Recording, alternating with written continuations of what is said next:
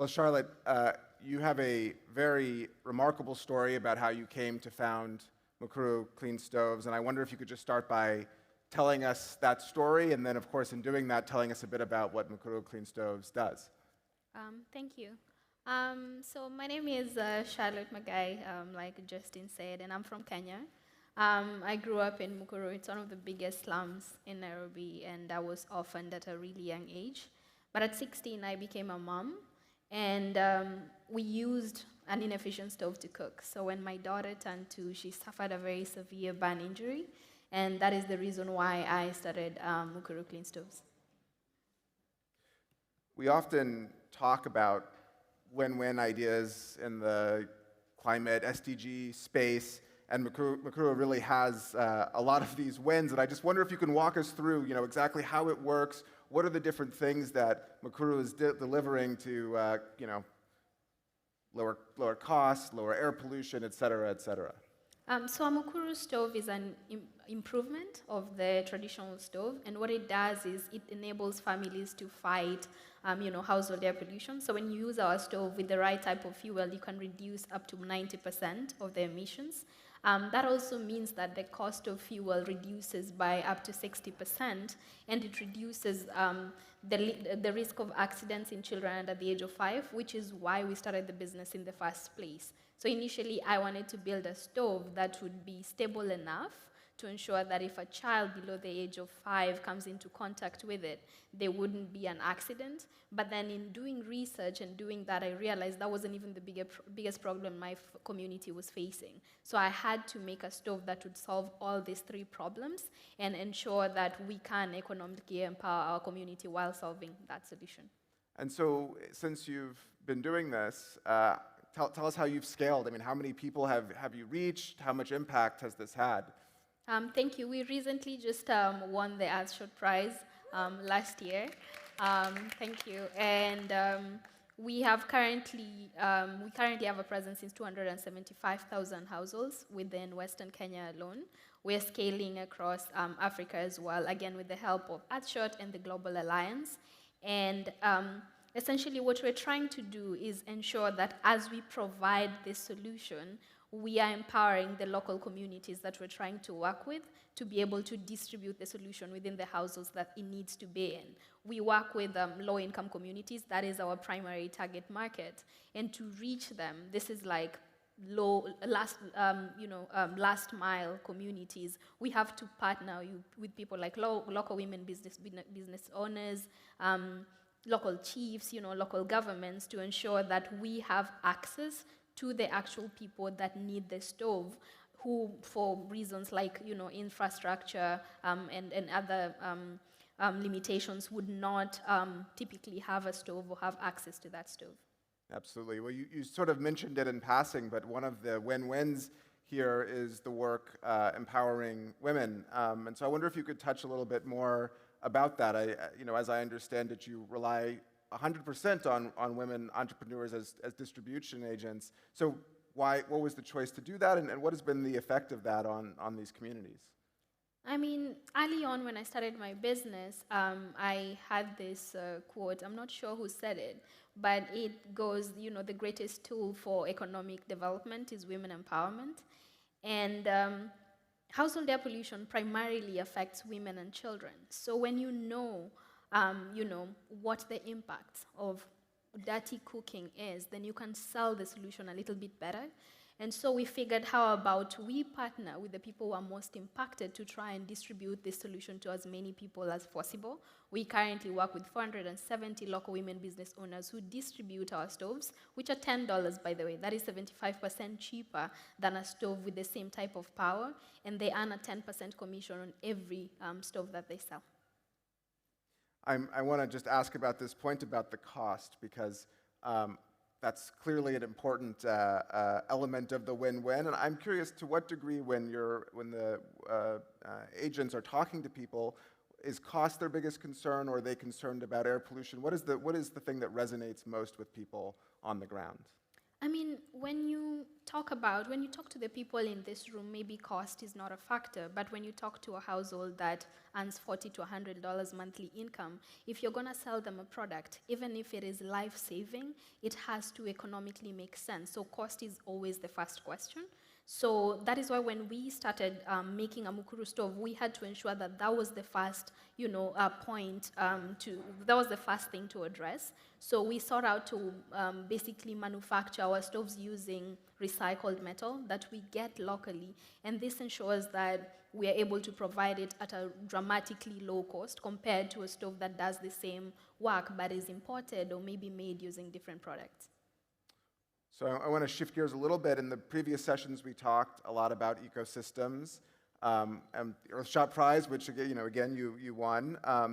But I'm curious to hear a little bit about the ecosystems that helped you get this off the ground and scale it to where you are. The Earthshot Prize being one of them, but any others that you've found support and networking growth opportunities through. How important has that been?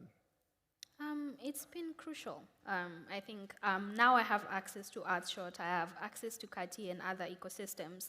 But before that, you find that in communities like the one I came from, a lot of us are entrepreneurs because there are no jobs, but also because there's just so many problems to solve. So you find that a lot of young people will turn to entrepreneurship not just to create jobs, but to create solutions that would help empower that specific community. And so there were an ecosystem just within that community for me. People were already doing something something different, maybe something similar, but within that space who would essentially mentor you and teach you how entrepreneurship would work on a very local level. So once you have achieved a bit of impact within that community, then we would be able to get out and get access to people outside of our community. But it began, in Mukuru and Kibera in slums where we have people like Kennedy Odede who, for years, they have made solutions to try to, impact the lives within that specific community. And then, and only after you have impacted lives there and realize that your solution is working,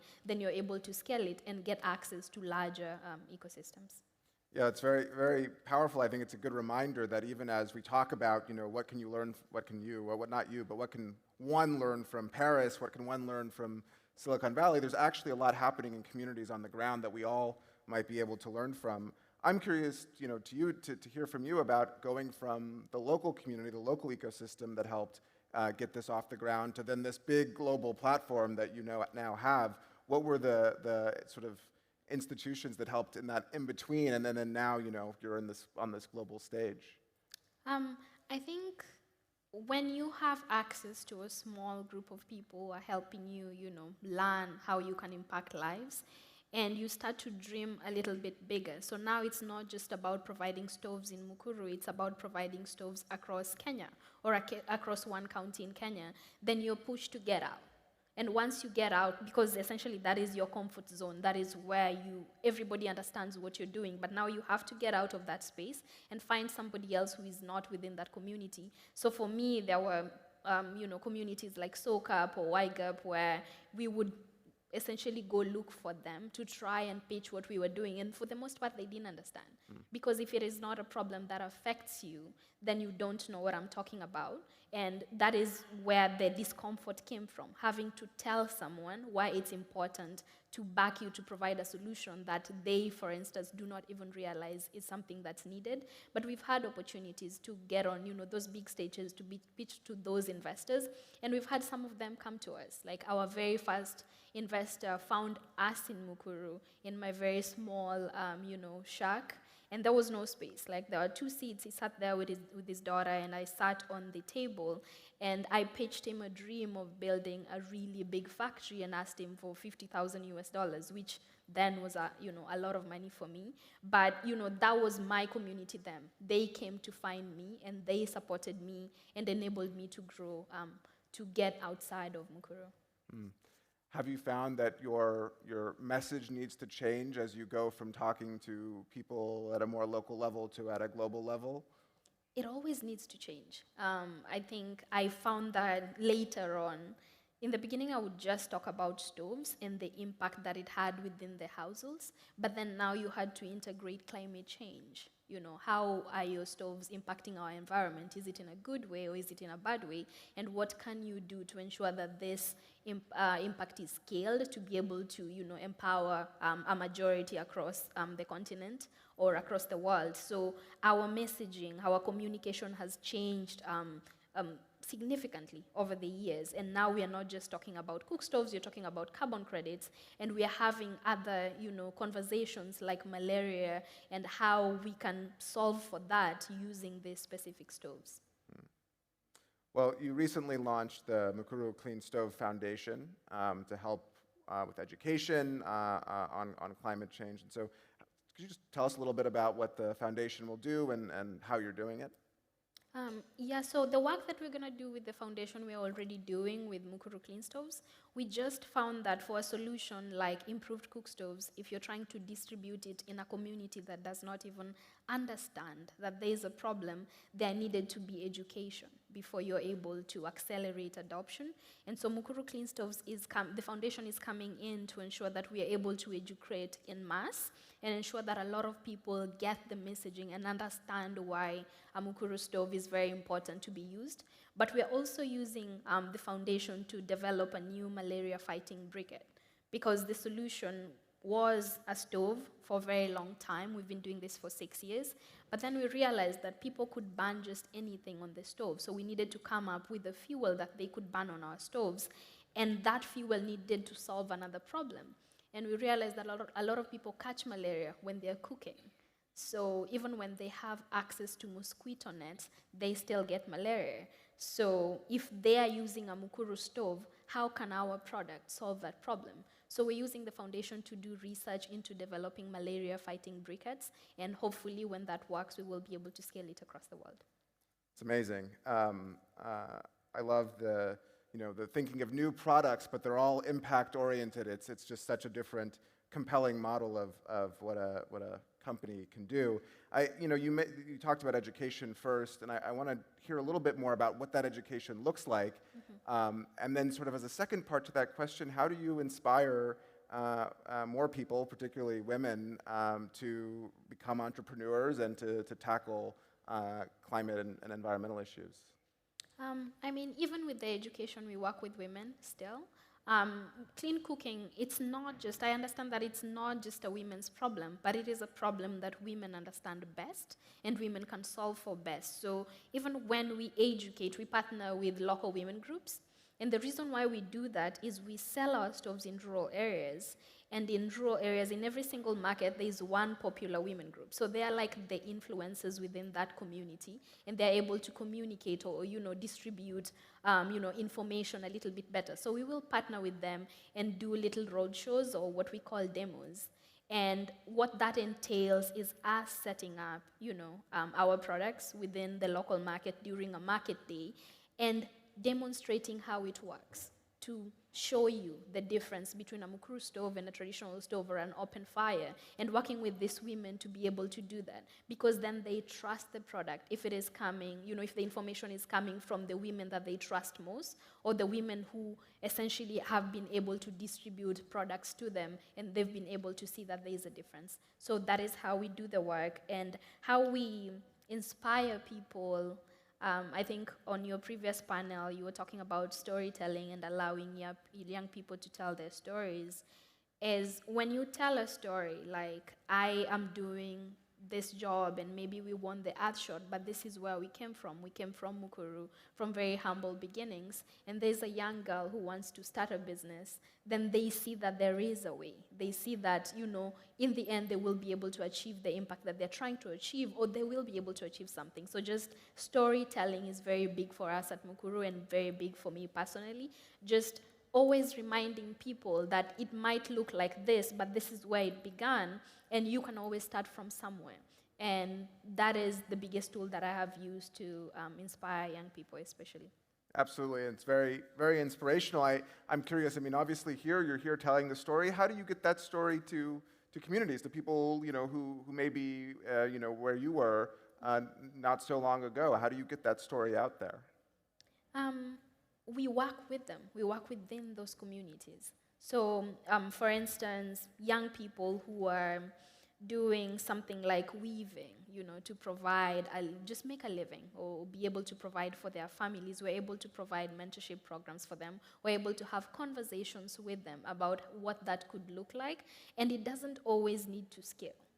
Right. As long as you're doing something that impacts a life, it doesn't need to impact 1,000 lives right now. It can always just impact 1 or 2 lives, as long as it's able to make a difference. So reaching out to people, for instance, in Mukuru, where I came from, always ensuring that you go back to try to communicate the importance of creating solutions within that community or even in a different community, just to try and always impact lives. Because as we have seen over the years, in the beginning it was you have to make a profit and then impact will come later. But we're seeing more and more that changing, that you can make impact and profit can follow, and it can follow in a big way. So impact doesn't have to be the first thing that's on the table. Profit doesn't have to be the first thing that's on the table. You can always begin with impact and look into making profit a bit later. Begin with impact. That's great. I want to ask about, you mentioned carbon credits, obviously really complicated, some ways controversial area, but how are you navigating that, and what is the potential to help you really scale with these carbon credits? You were talking about greenwashing, and a lot of things are complicated, especially in the climate space. But what we are trying to achieve, for instance, at Mukuru, is to provide a stove that is able to reduce emissions, essentially reduce carbon emissions.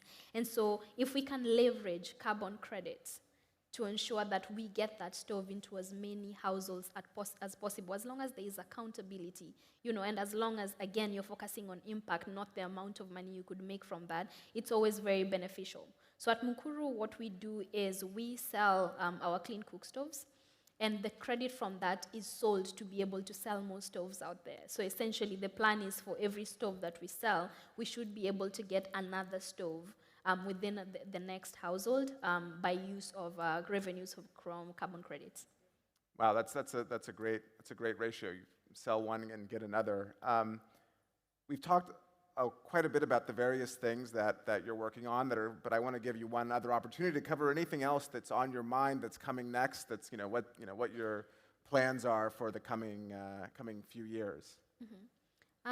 I was just talking to you about malaria-fighting briquettes. I think that is what we are most excited about at Mukuru, because it's going to be able to solve so many problems, but two specifically, household air pollution, but malaria as well. So we are in the process of, R&D for this specific product. We're getting a lot of help from Cartier and Earthshot and other partners. And the reason why I'm so excited about this is because we feel like we've gotten to a point where our communities are starting to accept and understand the benefits of clean cooking, and more of them are looking to adopt, clean cook stoves. So we feel like this is the right time to come in and introduce a new fuel and ensure that they're able to, adopt that as well. But this is the one product that we are 100% sure will not just stay in the African continent. We can distribute this, in Europe. We can distribute it in the US. For those of us who go camping and are always looking for fuels that can do 2 for 1, we're talking about young people, especially millennials and Gen Z, who are focused on change. Like, how is the product that I'm using impacting my environment? So we're not just banning whatever it is we can ban so we can get a good barbecue. We care about what we're going to be banning. And I'm excited that Mukuru Clean Stoves is in a position to be able to be a part of that journey, with the next generation. We're excited that we are not just providing a solution that is specifically, for low income, but we're able to reach, higher earning customers who might even be able to subsidize the cost for the people that need it the most. So I know you're still in R&D, but what is this going to look like? Are you going to go to communities around the world and engage in the same way, talking to people who are buying the fuel around the world, or what does the scale of this look like? It's quite exciting. So that's the thing. The scale of it is pretty much worldwide. With stoves, you look at, sub-Saharan Africa, Southeast Asia, maybe even Latin America. But with this fuel, you look at a global market. The beauty of it is when you ban, a Mukuru fuel, it's going to be turning your household into essentially a mosquito repellent zone.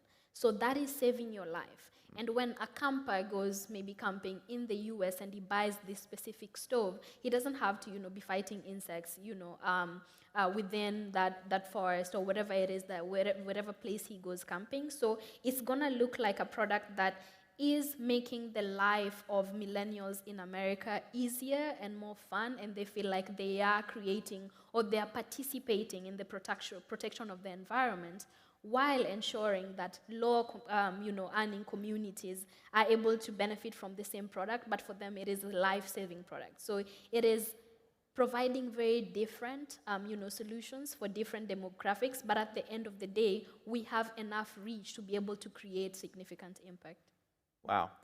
Well, thank you so much, Charlotte, for this conversation. Very inspirational. I learned a lot, and frankly, just it's inspiring to see going from a real local solution to global impact.